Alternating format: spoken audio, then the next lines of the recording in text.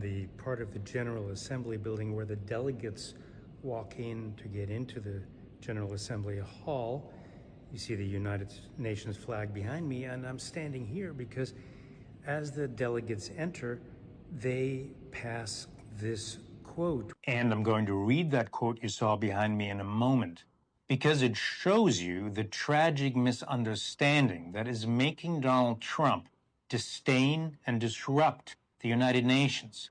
He had 15 minutes and spoke for an hour, mainly about how ridiculous the United Nations is. These are the two things I got from the United Nations, a bad escalator and a bad teleprompter. And how he is ending all these wars, whereas... And sadly, in all cases, the United Nations did not even try to help in any of them.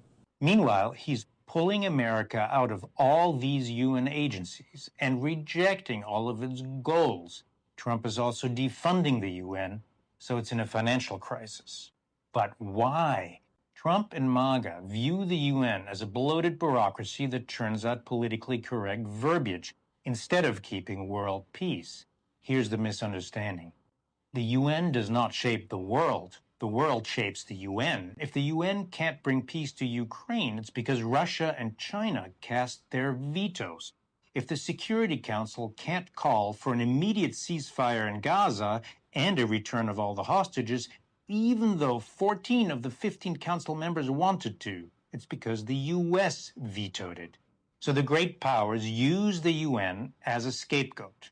Does this make the UN pointless? Not if you asked Harry Truman and the other leaders who oversaw its creation. They had seen what many of us have forgotten.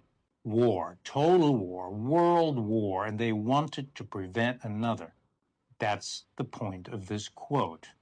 The UN was not created to take mankind to heaven, but to save humanity from hell. Dag Hammarskjöld, second UN Secretary General. This quote says it all, and unfortunately also tells you why we may once again be headed for hell.